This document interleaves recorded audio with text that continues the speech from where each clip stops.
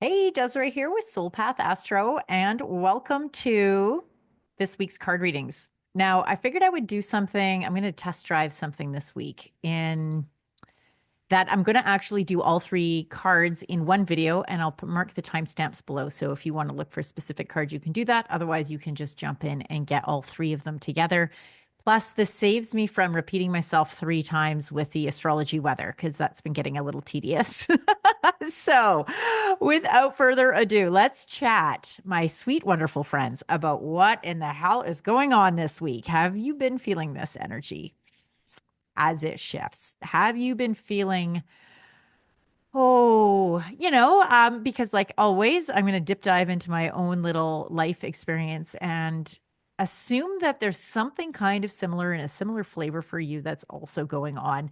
What's been arising for me are these tectonic plate shifts of wrapping up old business that I thought I had completed, I thought was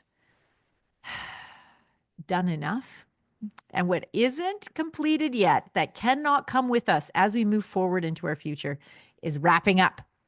You'll remember that the last couple of weeks I've been talking about the planets all finally being in direct motion. And this is what I'm really sensing right now as we move into the tail end of this month. And this week let's talk about, we have the Sun, Pluto, Mars T square. This is insane. This is what you're going to be hearing a lot of astrologers talk about. It's tense. T squares are, ooh, there's a lot of energy up in it. It's about bringing forward what needs to be completed. Sun is illuminating. This is our ego force. It is our driving, energetic, the light, the thing that people see. It's the fuel inside the car of our body. Pluto is life, death, rebirth. This is like when Pluto is in interaction with the sun, whether by birth or by transit, like it is right now, these are moments of deep transformation. This is how our self concept takes radical shifts and changes. Then you add Mars into this mix, the planet of war, the planet of burning away things that aren't working for you. So Sun, Pluto, Mars. I mean, obviously on the world stage, we're seeing a lot of how that's playing out. There's a lot of protesting. There's a lot of war threats, actual war happening, a lot of opportunity to reassess how we see ourselves, the sun, in relation to conflict, Mars, and what is ready to die, what is ready to be reborn, Pluto. And this is deep. Pluto goes deep. He doesn't fuck around. Like Pluto, this is about the stuff that you've been maybe, without even realizing, hiding from or watering down or in some way trying to like wiggle out from underneath. And life circumstances are coming forward right now to invite you into just sinking your teeth into this. Like, okay, fine, what is it? And can you connect to your belly? Can you connect to the place that is really deep within you and speak from that to that in favor of whatever your son's greatest expression is? Like what light is within you that your soul came here to voice, to embody, to be an illuminary for, actually would be a great way to put it. And then that's all, if that's not enough. In addition to that, we have the Venus Saturn North Node conjunction. These are all stuff together. Venus, the planet of love and our values and beauty and art and the feminine. And she's all mashed up with Saturn, which is about boundaries and, oh, like making it real, right? And then we've got the North Node, our soul's path, right? Globally, the feminine, how is she dancing with Saturn, the masculine boundary keeper, and where are we moving into? So, all of these archetypes are like dancing together. There's this crunchy intensity around how do I show up for my deepest truth? How do I recognize my real boundaries, Saturn? Like, where have I overrun those? Where have I played them close to my chest because I've been afraid to be honest about them? Where have I, oh God, in the name of either trying to fit in or be lovable or to do the right thing because you've been conditioned to overserve, where have you run over your own boundaries, or where are you continuing to allow yourself or others to overrun your boundaries in your feminine Venus giving nature? And where is Mars, who's had enough of this shit, showing up? Pluto, who's inviting us into this rebirth of how we relate to our own soft, squishy bits. How do we welcome every part of ourselves to the table? Because we're all, I mean, we're a mixed bag, aren't we? You know, I mean, can't you simultaneously want so badly to serve someone, to be to be tender with them and to hold space for them, and at the same time be tired of their shit? And be some other part of you that's just like, fuck, like you're just so over them and the scene and the situation, and it's just time to call them to task. And you want to do that. Some part of you wants to do it viciously, but another part of you wants to do it really softly. And there's another part of you that just doesn't want to do any of that at all because it's conflict and you want to run away from it. Right. So this is what I mean about all of these moving huge parts that are arriving right now for us to drop into some kind of deep shift in how we relate to our inner world, how we relate to caring and caretaking, how we relate to war, how we relate to boundary keeping. And this tension that's arising, one of the ways that we can handle it is to drop into a place where we invite it all to the table, right? And so with that, I'm going to drop into these cards. We're going to start with card number 1. If this was your card, Ace of Wands, this is about new beginnings, right? This is about new inspiration, fresh ideas. It's like inspired possibility. It's a breath of new life. Like, oh, what a beautiful energy to be entering into this sphere right now, right? What new approaches, what new self concepts, son, are you wanting to birth into this world? What new ideas, what new creative, maybe you want to start with a new medium, a new way of creatively expressing yourself. Wands is about creativity, it's about expression in that way. And this is the inspo part of it, right? Like this isn't the action taking part so much as it's just allowing your beautiful imagination to run wild with possibility, with infinite possibility, and allowing for yourself to dream bigger, right? There's this invitation here as we have this pressure cooker, this squeeze happening on what's no longer serving, and the pus of it is coming to the surface in an absolutely undeniable way. And in that, and on the heels of that, is this, okay, fine. So this is what's not working. What do I actually want? What do I stand for, Saturn? What do I stand for? What new philosophy, what new paradigm, what new part of myself that I've been longing to bring online and to bring forward into its public expression? What is that? You know, dream bigger. If this was your card, it's dream bigger. Write it down. Allow your mind to brainstorm without any, allow your heart to arrive on the scene without being fettered, without being constricted. What new, what new dream wants to emerge from you? That's a lot. Moving into card 2, we have, this is so beautiful, the Wheel of Fortune.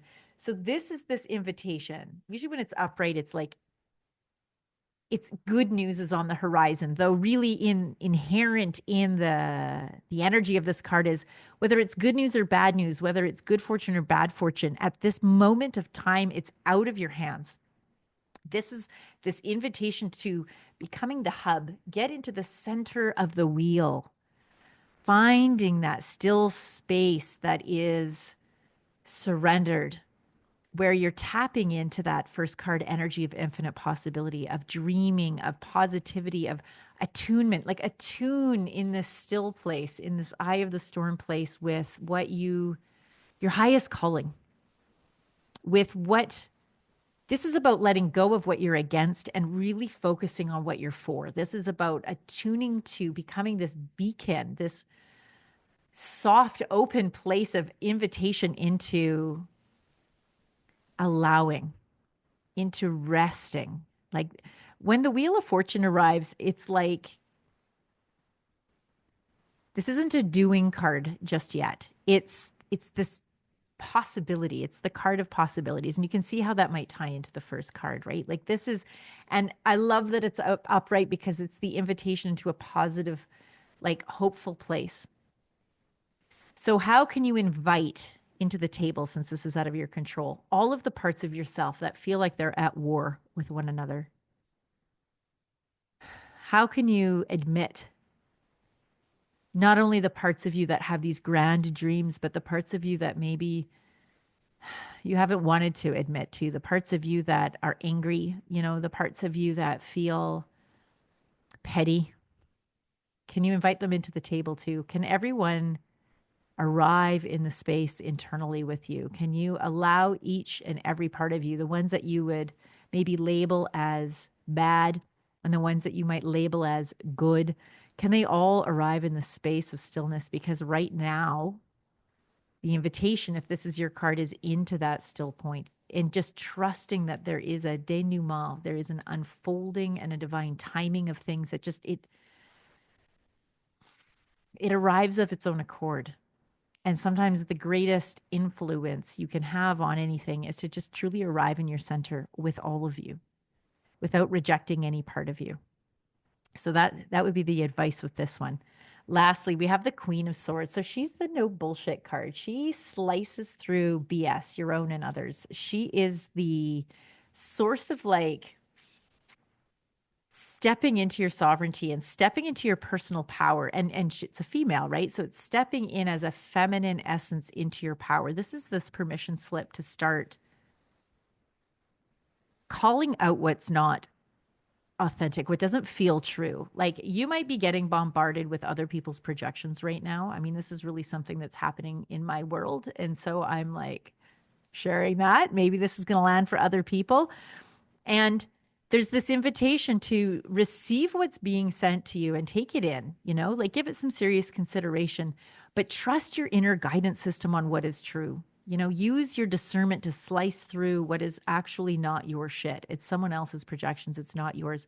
But don't just like the temptation sometimes is to just wholesale, like toss out stuff and be like, well, this isn't mine. I would never, that's not me.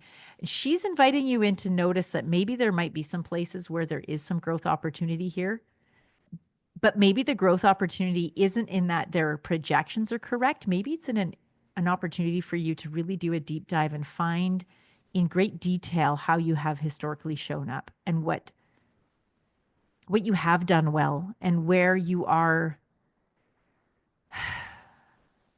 done people pleasing and you're done apologizing for your existence and you're done believing that the feminine is weak and instead stepping into this deep sovereignty of what it means to share the truth of how you feel and to share it from a place of like, oh, like this makes me feel tight or, oh, this feels icky. Like this is about an expression it's so, what's that word I'm looking for? It's so raw. It's so unedited, non-performative. It's just so very, very sacred in its expression, and it's almost nonverbal, and it's still not getting that word that wants to arise that it has to do with, but it's this primal sense inside your body of what is coming at you. And if it feels gross, it's gross. Like we don't have to talk ourselves out of that. We can say, no, I don't want this. No, that doesn't land. No, that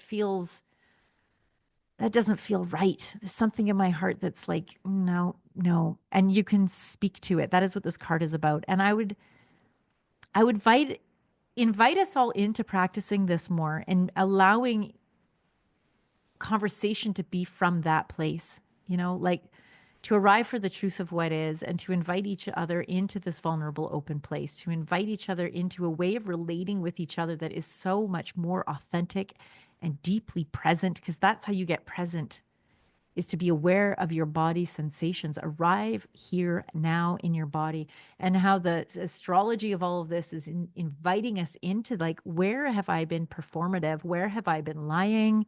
Where have I been like, like doing all of this song and dance bullshit in an attempt to be received or liked? And what part of you is just so sick of it? What part of you is like, I'm over it. I'd rather be alone than be performing like a monkey in a circus for bullshit, So yeah, we'll leave it there. If you want to deep dive, if you want to explore this a little deeper, if you would like to see how this is specifically playing out in your chart, because this is going to be very unique. These are broad stroke readings, you guys. Each of you It's going to fall into a specific place in your chart. And with your own astrology, it's going to affect you in a different way, right? And so if you want to really deep dive into that and get into how you can best show up for it, how you can capitalize on the astrology, let's do that. The link to my calendar is below. If you find value in these, absolutely, I invite you, please, to subscribe to the channel, hit that notification bell so you're notified right away when vids go up. And of course, like the video, comment if you find value in these. I love the connection. Yeah, we'll see how this format works. Let me know. I'd love to hear from you. Do you like the 3 cards in one vid? Let me know. In the meantime, know that I love you. Know that this is a powerful week. If you are feeling like crunchy as hell, that's totally normal. It's all going to be happening really until the new moon on the 27th. This weekend has its whole own other astrology that's going to be intense, but let's just stick with this for now. Know that I love you. In the meantime, my sweet, wonderful friends, we will see you next Tuesday. Bye for now.